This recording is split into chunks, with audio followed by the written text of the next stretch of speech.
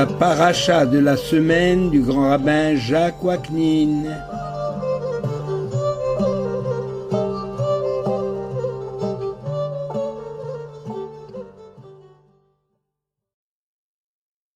Chers amis, bonjour. Eh bien, la paracha de Teruma. Dans la Torah, on passe sans transition de la paracha Mishpatim, un ensemble de lois du droit civil et du droit pénal. On passe sans transition à la paracha Teruma, dans laquelle est décrite la construction du sanctuaire du désert et du tabernacle dans leurs moindres détails, dans le but de faire un mikdash, une maison de sainteté pour l'Éternel, afin qu'il puisse résider parmi les hommes. Ve'asu li mikdash, ve'shachanti betocham, ils me feront un sanctuaire et je résiderai au milieu d'eux. Dans l'Exode, chapitre 25, verset 8. La paracha Teruma commence ainsi: Daber el Bene Israël vikru li Teruma. Dieu dit à Moshe, parle aux enfants d'Israël, qu'ils prennent pour moi une offrande de tout homme que son cœur incitera à une offrande spontanée.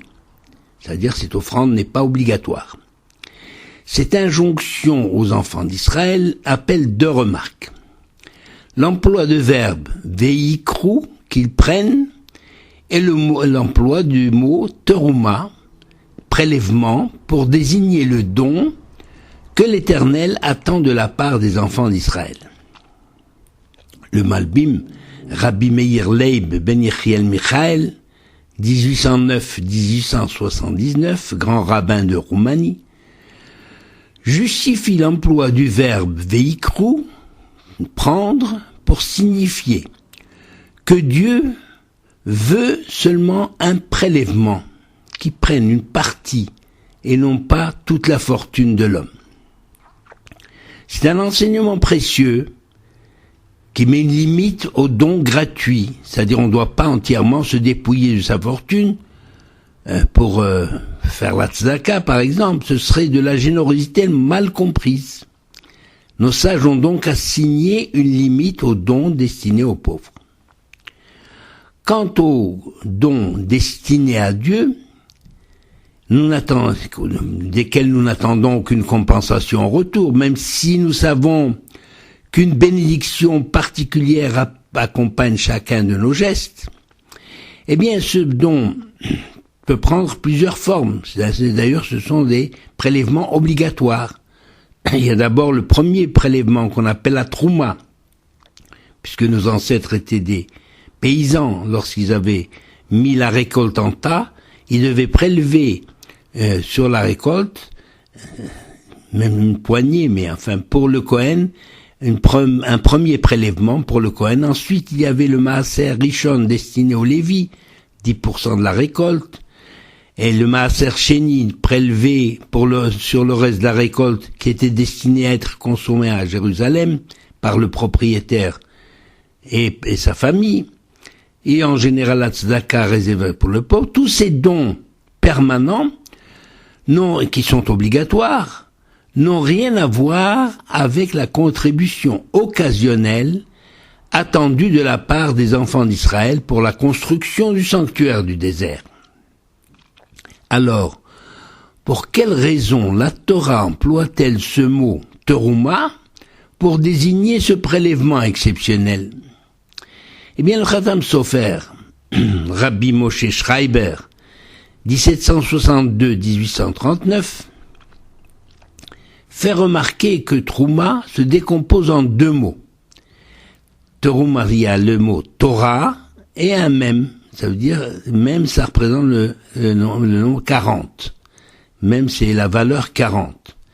Elle fait allusion au Midrash, à propos de Moshe Rabbeinu, qui était demeuré au ciel 40 jours pour apprendre toute la Torah.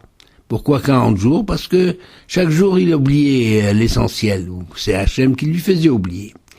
Et c'est seulement le 40e jour que l'Éternel lui a donné la Torah. Alors le Khatam Sofer pose la question Dieu ne pouvait-il pas lui donner cette Torah depuis le premier jour? Réponse: la Torah ne s'acquiert qu'après bien des efforts et beaucoup de sacrifices. La morale de l'histoire ne s'arrête pas là. Que pouvons-nous donner à Dieu qui ne lui appartiennent pas? Ça veut dire lorsque Dieu dit « Vikru litruma » et qu'il prenne un prélèvement. Eh bien, justement, répond le Khatam Sofer, c'est au niveau de l'offrande, la manière dont nous faisons cette offrande à Dieu. Dieu veut savoir jusqu'où l'homme peut aller dans son engagement et son sacrifice. Lorsque Moshe se présenta devant le peuple pour lui faire part du désir de l'Éternel de se voir dédier un sanctuaire, les princes, les Nessim, prirent la parole et dirent: nous construirons ce temple grâce à nos propres moyens.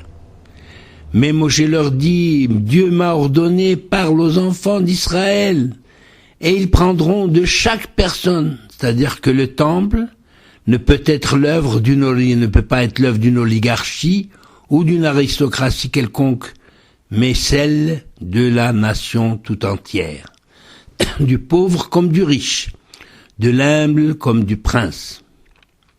Et d'une manière générale, la Torah a voulu nous enseigner que personne n'a l'exclusivité de la foi et du désir de servir l'Éternel, puisque la révélation s'est adressée à tout le monde, petits et grands, aux âmes de toutes les générations, celles présentes au Sinaï, et toutes les âmes à venir, comme on le dit, Atem nitzavim hayom kulechem et atziel yeshno po hayom, bet asher enenu po hayom, ceux qui sont là, ceux qui ne sont pas là.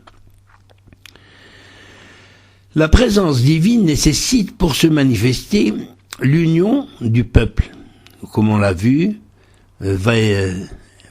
Vayichan Sham Ha'am Negedar, le peuple était uni autour de la montagne. Et on voit que l'union du peuple se réalise chaque fois au fait de pèlerinage, où le peuple dans sa totalité se rend à Jérusalem pour y glorifier le nom de Dieu. Jérusalem devient alors une ville fédérative du peuple juif. C'est ainsi que nos sages traduisent le verset du psaume 122.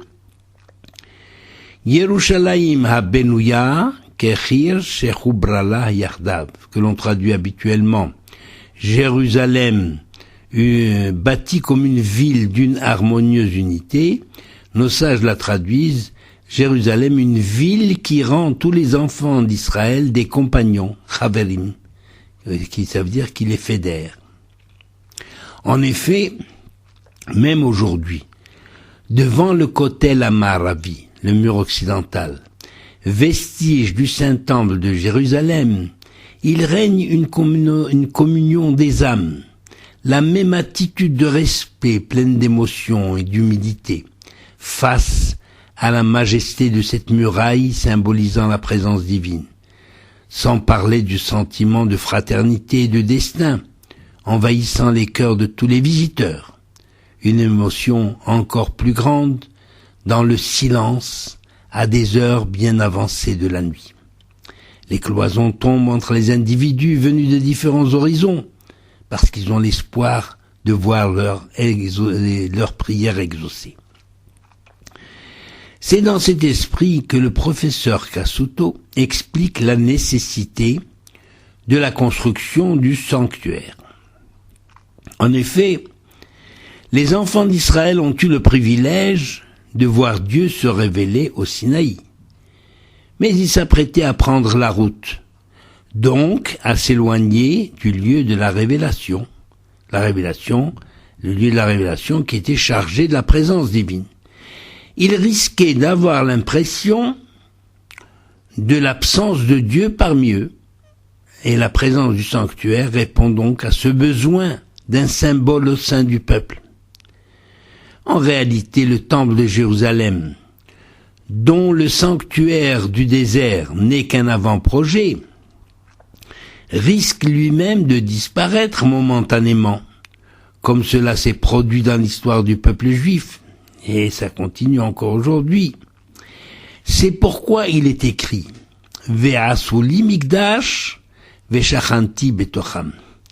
Ils me feront un sanctuaire et je résiderai au milieu d'eux, c'est-à-dire dans leur cœur, pas au sein d'un sanctuaire qui peut disparaître, betocho, mais dans leur cœur. L'Éternel fait ainsi la promesse de résider dans le cœur de chaque juif, dans la mesure où la personne lui prépare une place pour l'y accueillir. Les nations ont toujours été étonnées devant la profusion de détails qui entourent les commandements divins, surtout au niveau de la loi, ou au niveau de la foi surtout, au niveau de la bonté de cœur, c'est-à-dire des sentiments, du dévouement, du sacrifice de soi. Dans ces domaines, la spontanéité, pensent les nations, la spontanéité de leur comportement n'aurait-elle pas plus de valeur qu'une obéissance à des règles imposées? Ce que les nations ignorent est que les mitzvot, au-delà de leur aspect matériel, sont en réalité, c'est-à-dire les gestes que nous accomplissons, sont en réalité le mode d'emploi de l'univers et qui dépasse de loin les gestes visibles pour atteindre des domaines quelque part dans l'univers, pour réparer un dommage commis par la faute de l'homme ou pour améliorer la marche de cet univers. C'est-à-dire comme une machine dans laquelle chaque rouage, chaque partie, chaque détail a son importance et nécessite une fabrication avec précision, la moindre imperfection entraînant une panne dans le bon fonctionnement de l'engin. Il en est ainsi des mitzvot. Les mitzvot qui sont en fait le mode d'emploi du monde, les moyens de régir ce monde et le faire vivre et le faire avancer, eh bien, elles ne se réduisent pas à une simple discipline imposée à des êtres humains pour les éduquer, elles sont en fait, pour le genre humain, la possibilité de contribuer à la création continuée. D'après certains secrets révélés dans la Kabbale, le Mishkan n'est que la représentation de l'univers en microcosme. Cette affirmation répond à l'objection souvent formulée, comment la gloire de l'Éternel qui remplit l'univers tout entier peut-elle se contenter d'un espace limité? Eh bien, seul Dieu a la possibilité de répondre à cette question. Et il le fait en disant « Je me contenterai de l'espace situé entre 20 planches au nord et 20 planches au sud. » Il s'agit bien entendu de l'espace délimitant le sanctuaire du désert. Ve'asuli mikdash ve'shachanti betocham. Ils me feront un sanctuaire et je résiderai au milieu d'eux. Nechama Leibovitch fait justement remarquer qu'à propos de la confection des objets sacrés et de l'érection du sanctuaire, le verbe faire, la asot, faire, asa, revient des centaines de fois, sous différentes formes, ve'asu, ve'asitem, ta'asu, etc. L'emploi de ce verbe n'est pas fortuit. Dieu veut rappeler l'œuvre de la création. Car en 6 jours l'Éternel a fait, asa et hashamayim ta'aretz. Il a fait les cieux et la terre, la mer et tout ce qu'il renferme. Et il s'est reposé le 7e jour. C'est le médium donc ici, il y a une idée qui va nous expliquer ce qu'est justement le mot mikdash, cette sainteté que nous devons préparer pour du ve'asuli mikdash. C'est le même verbe employé dans le second commandement du décalogue. Tu ne feras point de statue ni d'image quelconque, l'ota'asé. Et encore, vous ne ferez point de dieux pour les associer des dieux d'argent et d'or, l'ota'asuniti, Elohim Asera. Habituellement, nous traduisons la notion de Kedusha, c'est-à-dire la notion de sainteté, par la séparation, en disant que l'Éternel est Kadosh, il est saint, Dieu est saint parce qu'il est séparé, distinct du monde, séparé et distinct de la matière. Mais pouvons-nous nous contenter de ces définitions négatives? La Kedusha n'aurait-elle donc pas de contenu en elle-même? En employant le même verbe faire lors de la création et surtout à la fin du 7e jour, Asher bara Elohim la'asot, que l'Éternel a créé pour faire, nous ajoutons souvent pour la création continuée, c'est-à-dire pour permettre à l'homme de poursuivre l'œuvre de la création. Eh bien, lorsque nous employons ce terme, à quelles conditions? Eh bien, c'est justement pourquoi Dieu emploie ce verbe faire à propos du Mikdash, à propos du sanctuaire que les enfants d'Israël doivent lui préparer. Eh bien, c'est pour introduire cette notion de sainteté. Il faut que l'homme agisse à la manière de Hachem, à la manière de l'Éternel, en cessant tout travail le 7e jour, en bénissant le 7e jour, en le sanctifiant, Vaikadesh Oto.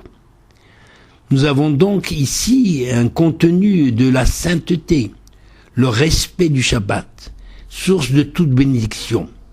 C'est-à-dire, à l'exemple du Shabbat, dont l'observance obéit à des règles précises, toutes les mitzvot doivent elles aussi obéir à des règles précises.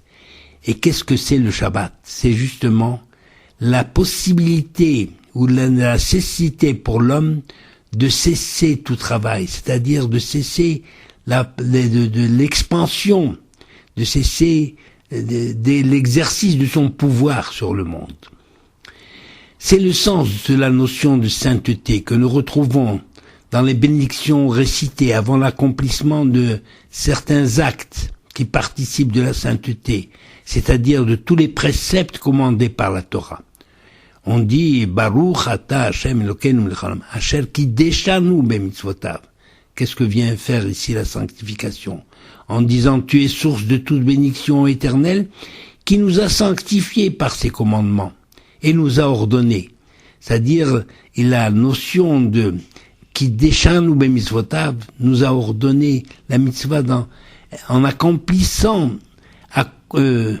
convenablement une mitzvah, un commandement divin suivant les règles authentifiant son origine divine, eh bien on crée un lien qui unit l'homme à l'Éternel et le sanctifie.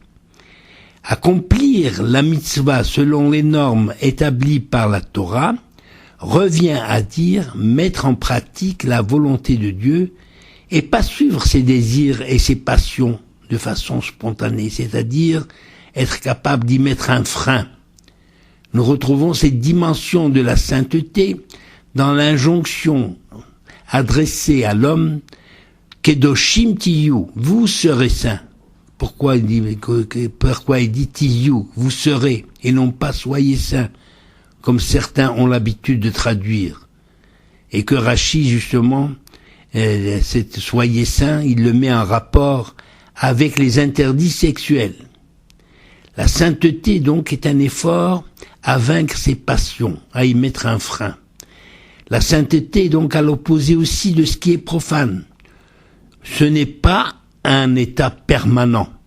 La sainteté se conquiert, s'acquiert.